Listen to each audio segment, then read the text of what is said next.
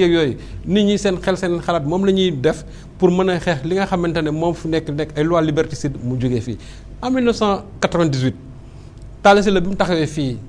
wax daan ne Abdou Diouf su fekkente ne 2000 jógewu fi ñun dinañ def le tout ba jëlee ko fi par les armes je me rappelle à l'époque daf ko wax rek ñu ne ko tëb téye le premier à intervenir c'était Sidi maa ngi dégg boobu Sidi la woon bi muy wax daan ne loolu du fi amee nañ ko bàyyi. Talla Sylla a fait 6 mois en prison ci affaire boobu parce que simplement moom même bi ñu ko waxee après sax lu mu wax mu ne mais nañ ma bàyyi ma wax comme qu'est-ce que ce que j'entends par les armes mën na nekk par li par la parole mën na nekk leneen en tout cas lépp loo xam mën naa ko jëfandikoo pour Diouf jógee fi mën naa ko def donc ma ne loolu jarul woon mu nekk loo xamante ne nii Talla Sylla war nañ ko ca mën a tëj te gis nga très souvent nit ñi ñooy siwal li nga xamante ne presque sax siwul parce que affaire Samuel Sarr bii buñ ci dellusiwaatee bu ñu ko jàppal woon mën naa am yow doo ko yëg mën naa am du ma kenn du ko yëg Talla Sylla dans sa page Facebook le 19 décembre 2013 mais bind na fa loo xam ne moo gën a graw mi ngi mel ni maanaam mën a diw moom du sàcc bi gën a mag mais ci sàcc yi bokk ci république ci la bokk comme que nag moom ci sàcc yi nekk ci république ci la bokk donc moom warul jiite république bi loolu wax na ko mais imagine xoon à l'époque suñ ko ci jàppoon ñëpp nañ ko yëg xam naa ne yow yëguloo ko Sidi yëgu ko kii yëgu ko donc am na loo xamante nii souvent ñoom seen bopp ñoo koy jox ampleur boo xam ne du ko mën a am bu fekkee ne da nga jiite réew am na lu bari yoo xam ne su doo sax tardel sa bopp ay offense au chef de l'État je crois que vraiment une démocratie comme le Sénégal war nañ mën a weesu foofu cela ne veut pas dire que président bi nit ñi dañ ko war di manquer de respect mais am na loo xam ne aussi c'est toujours ne pas en tout cas ne pas reconnaître la maturité même du peuple sénégalais parce que li muy wax peuple sénégalais bi boppam dañu romb politiciens yi nga xam ne ñoo nekk fii te loolu day rejoindre li si doon wax léegi ci affaire wax sa xalaat yi parce que ñiy intervenir ci rajo yi am na ci ñoo xam ne ni souvent bu ñuy wax dañuy wax ak passion mais passion c'est bien parce que dafay permettre yow lu bëri nga ko fekk ne da nga koy génnee mais nit ñi duñu wax ba wax lu ñu warul wax nit ñi li ñuy wax toujours mooy président bi mënul dara xamul dara mën na fi jóge et cetera mais su c'est normal loolu démocratie moo koy laajte bu fekkee ne yow yaa yore dëkk bi da ngay war a mën a accepter nit ñi di la critiquer comme yow bi nga nekkee ci temps opposition aussi ni nga xam noonu lañ nit ñi daan critiquer mais ñun sunu dirigeants yi bu ñu nekk c'est-à-dire bu ñu nekk au pouvoir dañu ragal critique affaire wax sa xalaat même Abdoulaye Wade aussi avait les mêmes problèmes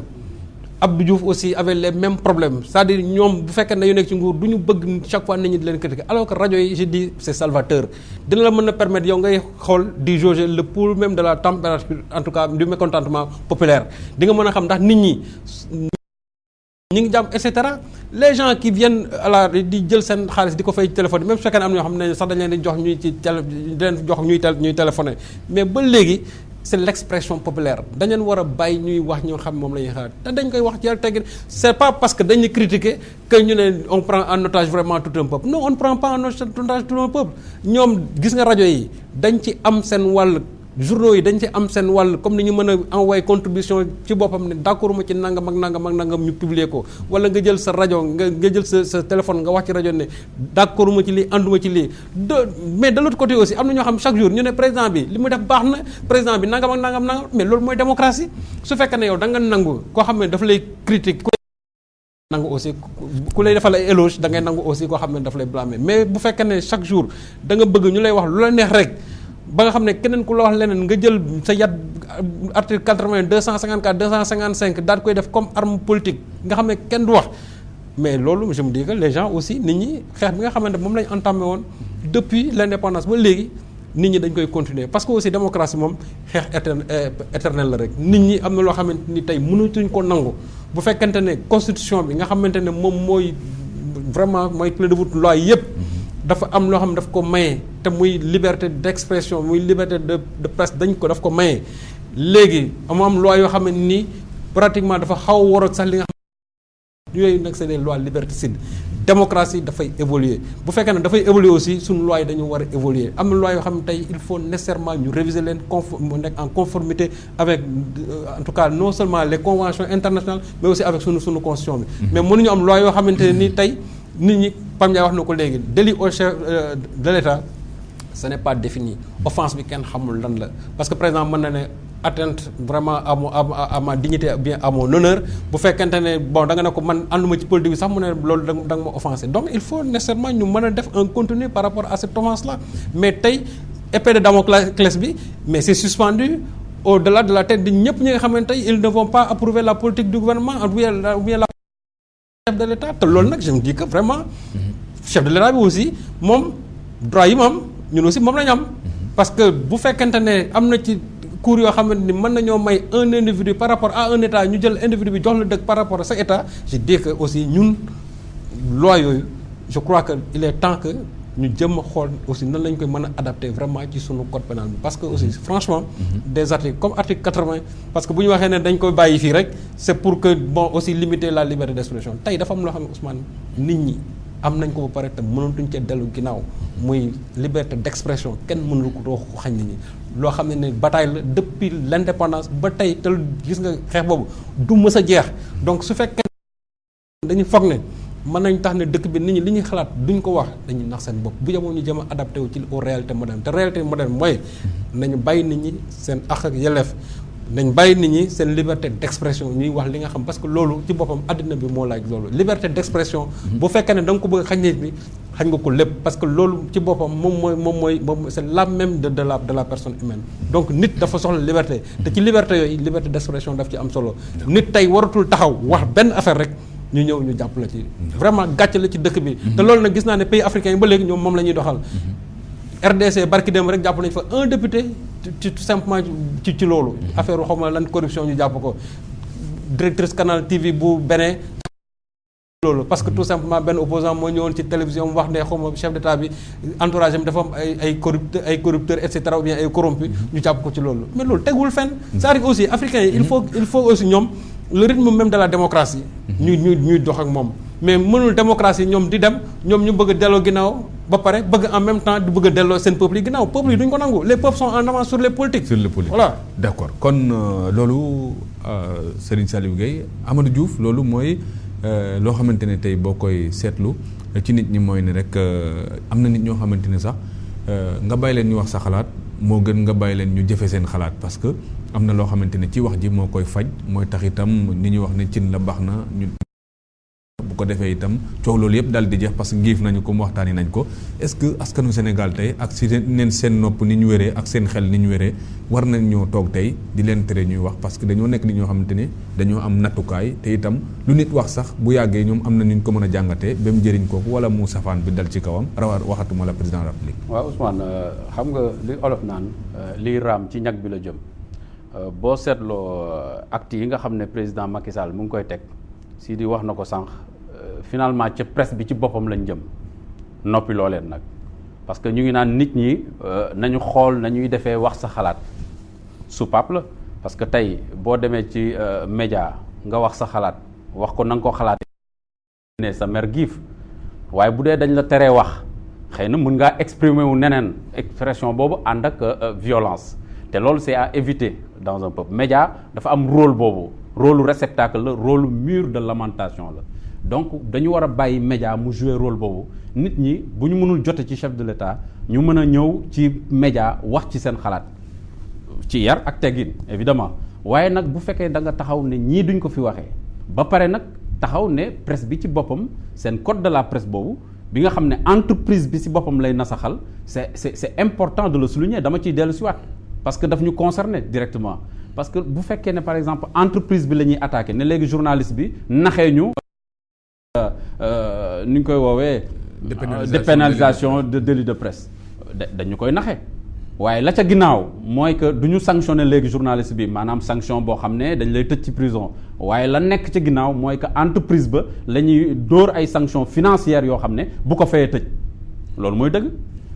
mais je pense que aussi les journalistes sont des hommes yoo xam ne et des femmes responsables war nañ mën a bàyyi journaliste mu bind wax sa xalaat bu fekkee ne la nga bind jaarul ci yoon wala information ba nga joxe jaarul ci yoon mais am na fi ay voies et moyens diffamation ak yeneen yoo xam ne moo dañ lay woo nga expliquer li nga wax fan nga ko teg ana preuve yi donc jalul ñu ñuy naxe ay dépénalisation pour man gëwma dépénalisation gëwma journaliste c'est un citoyen comme tous les autres boo defee loo war a def dañ la war a woo ci kanamu yoon bu fekkee ne yow bind nga am ay preuve ci li nga bind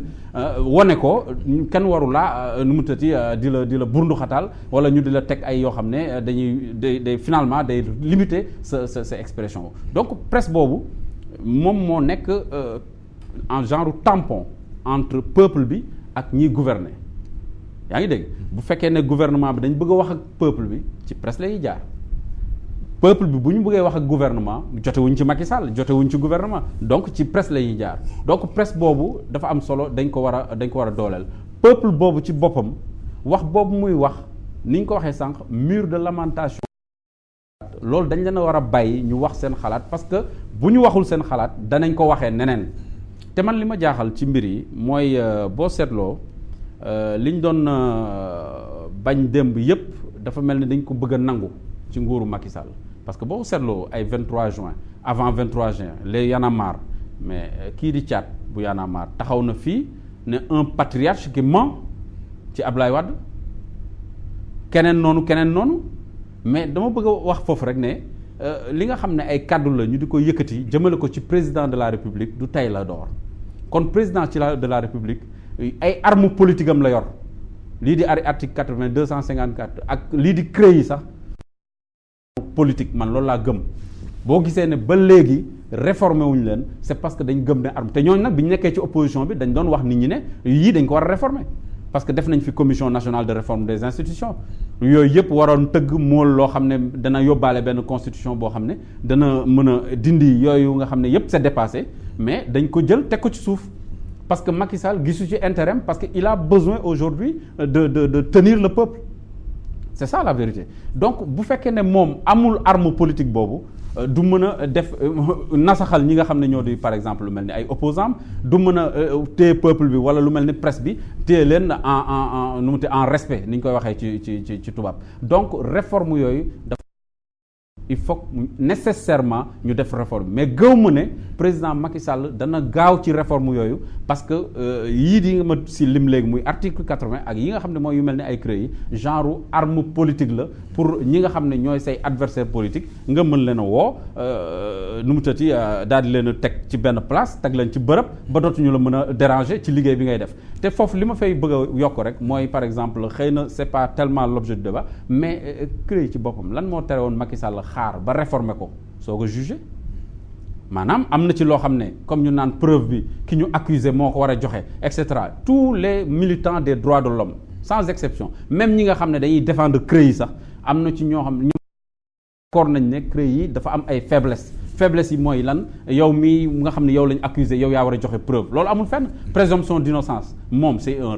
un principe universel donc CREI yi dafay ñëw bouleverser ko Macky Sall mënoon na def ndànk parce que am nañ fi ay audit am na fi Cour des comptes am na fi inspection générale d'État yoo xam ne mën nañ def liggéey bi normalement en attendant bu dee moom il tient à sa CREI mu réformer ko parce que bu réformer CREI bi yooyu nga xam ne mi ngi ciy nekk te ñu koy controverser yooyu yëpp dina ko mën a dindi mais nag y a un retour de flamme parce que bés bu quitter pouvoir bi CREI boobu danañ ko retourner article 80 yi ngay gis nii ak yëpp danañ ko mën a retourner c'est ça la vérité donc il faut mu réformer bu ko réformer ci diggante bi day niru leneen jugé na ba pare je m'explique bu fekkee jugé na ba pare moom président Macky Sall am na ñu mu jugé ci CREI ba pare bëgg a dellu si ne day réformer CREI ce serait trop tard je pense que ku nekk militant des droits bu boobaa war nga ko mën a parce que day mel ni c'est une manière de contourner ou d'éviter moom de tomber sous le coup de la CREI ou bien de l'article 80 donc réforme bi day trop tard ba mu waree réformer wul d'accord voilà Amadou Diouf Sidi Lamine Niass article 80 boobu nga xam ne la ko taxoon jóg leer na mooy ñàkk boo xam ne dañ ko ñàggoon ngir protéger benn institution est-ce que bu yàggee ak ni ñu koy jëfandikoo nii ba nit ñi dem di ci wax ne dafa nekk arme politique dafa nekk pour liquider ay opposants est-ce que bu yàggee duñ dem sax ba benn bés di tax am te doo ko mën a jëfandikoo parce que fekk vraiment abus am na ci ba nga xam ne nit ñi mënatuñ ko gëm. waaw c'est-à-dire loi ak institution war nañoo ko bañ a banaliser ndax ay nit su fekkee ne dañoo gëm dara. stabilité réew mi taxaw ci loolu ñëpp ci war a jàpp rawatina nag ñi nga xam ne loolu lañ leen teg li ma wax nag lu mel noonu lay indi boo demee ba nit ñi gëmatuñu article 80 gëmatuñu justice wax ci la ma mosoon a wax waa ji ni ma justice ma ne ko man de baat bi daf may jox leneen mu ne ma lan la ma ne ko sos tiis dañ lay sosal aw tiis teg la ko suñ demee ba dootul nekk justice mais sos tiis lay nekk nit ki